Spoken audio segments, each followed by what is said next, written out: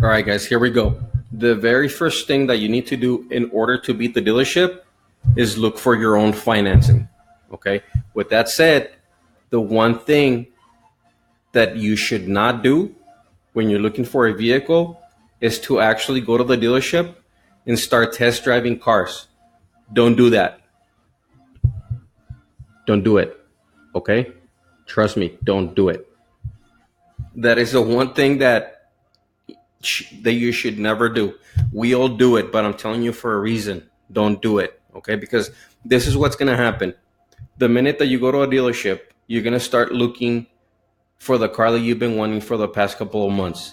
And this is what's going to happen. You're going to fall in love with the car. The sales guy is going to see that on your face.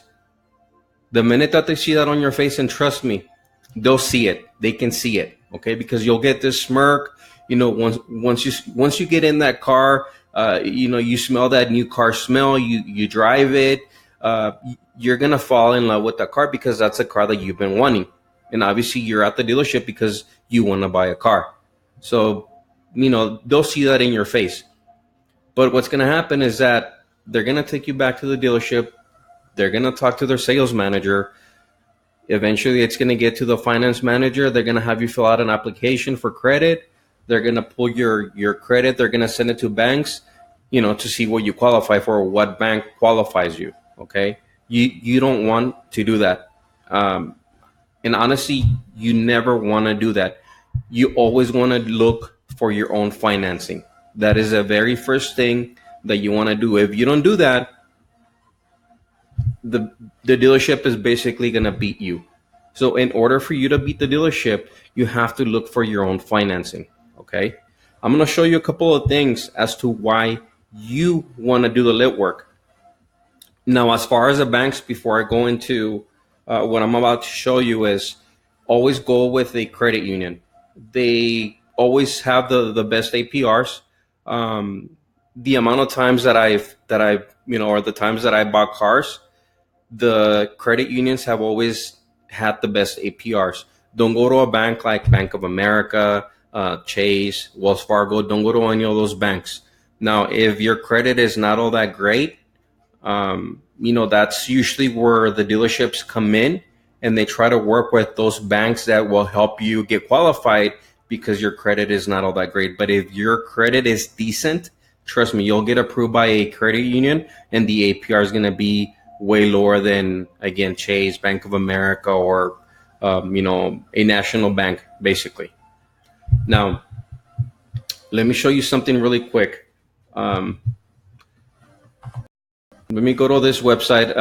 This is just a website that I pulled from the internet. It's called Bankrate.com. I'm going to show you guys really something really quick. Okay, I'm going to go to auto loans. And let's say that you go to the bank, let's say that you go to a credit union, you get qualified for $25,000, okay? Now, that's the other reason why you don't want to go to the dealership and start test driving cars, because even though you might make $100,000, you have to remember that in the end, the bank is going to look at your income and your debt, and they're going to decide whether you qualify for $25,000 or $50,000 or $60,000. They're the ones that are going to decide. It doesn't matter. Trust me, when I used to sell cars, I had a gentleman, actually he was a doctor. Okay, he was a doctor.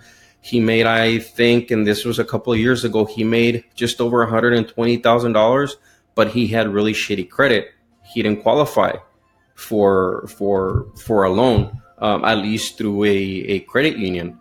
I remember that they actually try to get him through like Bank of America or one of those banks that try to qualify you if your credit is that bad. But I mean, my point is that he made over $120,000 and he couldn't get approved for a vehicle. So the amount of money that you make is irrelevant. If the bank doesn't qualify you, you're not gonna walk away with a car. Okay, so that is the other reason why you want to make sure that you go to the bank first. You get pre-approved. They'll tell you the amount that you qualify for, okay, before you start doing anything else, because you're going to start test driving cars that, the bank might not approve you for. So with that said, let's say that you went to the bank, you got approved for a $25,000 loan, okay? Um, here, I'm gonna use, this is just a simple auto loan calculator, okay? So let's say that you get approved for $25,000. Let's use 25,000. Let me see, I think I clicked on the wrong one. Let me go back really quick. Okay, here we go, auto loan calculator. Let's do 25,000. Let's do 48 months. We'll go into the other months really quick, but I'm going to show you really quick on the 48 months. So 25,000, 48 months. Let's say that you got approved for 5%. Okay, 5% is still pretty decent. Okay, so $25,000, 48 months, 5%. Your payment's going to be 576 months, or I'm sorry, 576 per month. Just remember that this doesn't include tax, title, and license. Okay, this is just for the purpose of the example. 576 a month. Now, at the end of your loan, you're going to end up paying, if you look underneath the $25,000 initial loan, it's $2,635. So at the end of the loan, you're going to end up paying $27,635, okay, at $576 a month. So let's do this. I'm going to write on this whiteboard. Let's say 25K, okay, 25K for 48 months. 48 months. Okay, so that's going to be, let's see, 5%. Let's go with 5%. Your payment is going to be, what was it? 576. Your payment is 576. And at the end of the loan, you're going to end up paying $27,635. $27,635. Okay. Now, I'm sure that a lot of you guys didn't know. I'm sure some of you do, but a lot of you don't know that the bank allows the dealership to mark up the APR by up to 4%. So if you go to the bank, like I'm asking you to do, and you get qualified for 5%, if you were to go to the dealership, before you do anything, more than likely, they're going to tell you that your APR is a little bit higher. Again, the bank will allow the dealership to mark up your APR by up to 4%. So if you qualify for 5%, if you let the dealership do the legwork for you, they're going to tell you that you qualified for 9%. Now, if you know your credit, if you know if it's in good standing, if you're up there in the 750s, 800s, you know that 9% is pretty high, even 5%. Obviously, the credit unions, the automakers, they all have different deals going on every single month, but 9% for you, depending on your credit, might be too high. For some of you, it might be okay. It might be a decent APR. But let me show you something really quick. I'm gonna go to the Google tab, and I'm gonna basically type. And as you can see on the history of what I looked, why do banks allow dealerships to raise the APR? So I'm just gonna look for a website. I just want you to see exactly what I'm gonna talk about real quick. Let me go to this website, realcartips.com. The way you can see that what I'm telling you is not a lie. This is, and you can look it up on any website. This is just a website that I found that's actually is pretty simple for you to understand. Look, and their number for whatever it is that they're talking about, finance markup. I want you guys to read this right here. I'm gonna highlight it for you. I'll just read it. Let's see. I'm sorry. Give me 1 second, really quick. I just want to make sure that you guys get the right information. Okay. Here we go. That's fine. I highlighted the right information. So I'm gonna read this. Okay. Let's say the best interest rate they can get you. We're talking about the dealership is 6%. They then go ahead and mark up the rate, usually up to 4%. So if you qualified for 6%, this is the example from this website. Okay. So they qualified the customer for 6%. This is the dealership using the bank, or you letting the dealership get the financing through the bank for you. So the bank comes back to the dealership and says we can qualify your customer for 6%. But again, the bank allows the dealership to mark up the APR by 4%. So they'll turn around and say, Mr. Smith, Mrs. Smith, great news, we qualified you, or we were able to finance you or find you financing for 10%. And again, you can read it right here. And if you read this part right here, some states actually have a limit of 2.5%. So what does this tell you right here? If a bank is allowing the dealership to mark up your APR by up to 4%, and then some states actually have a limit of 2.5%, that tells you that it's legal. So the banks allow the dealership to mark up your APR by up to 4%, and it's legal. Okay, it's not illegal. I know it might sound like bullshit, but it's legal. And again, a lot of people don't know this. Some of you might, but a lot of people don't know it. Trust me, I want to say that 9 out of 10 people don't know that the dealership can mark up the APR, based on what the bank had actually originally approved you for. So let me go back to the calculator, okay? So let's say, again, let's go back. We're going to keep the numbers the same, $25,000, 48 months. But let's say that you allowed the dealership to look for financing for you, and they came back and they said, we found you a bank that can finance the vehicle for you at 9%. Now, again, same vehicle, $25,000, still 48 months, but instead of 5%, now we're going to do it at 9%. So now your payment went up to $622. Let's do it right here. It's still 5%. We're still going to do 5%. Now your payment is $622. At the end of the loan, at the end of 48 months, again, not including tax, title, and license, you're going to end up paying $29,862.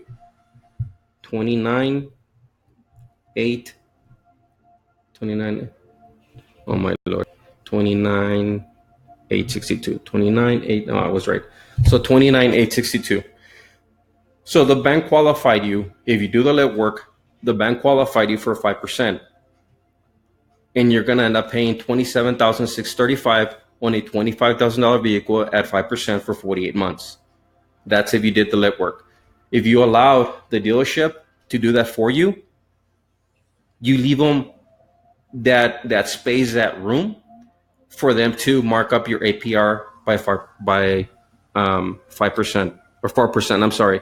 And I actually wrote it down wrong right here. It's actually 9%. I don't know why I put 5%. So at 9%, your payment just went up to $622, and your total amount that you're going to pay in 48 months is going to be $29,862. So the difference between $29,862 and $27,635, that's just over $2,000. And who gets to keep that money? Not the bank, the dealership. Okay, the dealership keeps that money. So right off the bat, on this step, on the very first step, the bank already made just over $2,000 from you. Okay, they're not making that money from the bank because the bank's allowing them to mark up your APR. They're marking up the APR on your loan. This has nothing to do with the bank. Okay, they're making this money from you already right off the bat. Okay, once you sign for your vehicle and everything's done, the bank will send the dealership the difference of the 5% that you got approved for and the 9% that the dealership actually told you that you got approved for. So right here on this step alone, the dealership already made over $2,000 from you. Okay, and again, I can guarantee you that 9 out of 10 people don't know that the dealership is allowed to do that. And again, it's not illegal because obviously the banks allow it. And that's exactly how a lot of the dealerships, get businesses from banks, because technically they're selling your loan to a bank. So it's kind of like an affiliate program, I guess, if you want to see it that way. I mean, if the dealership keeps giving that bank loan after loan after loan, obviously they're gonna say, yeah, that's fine. You can mark up the the APR by up to 4%, because again, both the dealership and the bank, they're in it to make money. So the bank's already going to make 5% off your loan, and then the dealership is already going to make another 4% off your loan. So you know, again, I don't know why it's legal, but it is. So if you don't do the legwork on your own financing, this is what's going to happen. So again, the very first thing that you need to do is look for your own financing, because this is the very first way where the dealership is going to get you and they're going to make money off of you. Okay. And again, it's depending on your credit, it could be $500-$600, but for most people, it's at least $1,000 that you will end up losing if you don't do this. Okay. So trust me when I tell you, look for your own financing. It's not that hard. Everything can be done online. I mean, you go to, for El Paso, you go to gcu.com or First Light Federal Credit Union or whatever the case might be. You do your app online, and it takes about 48 hours, sometimes less, and they'll tell you, what amount you qualify for, what APR you qualify for.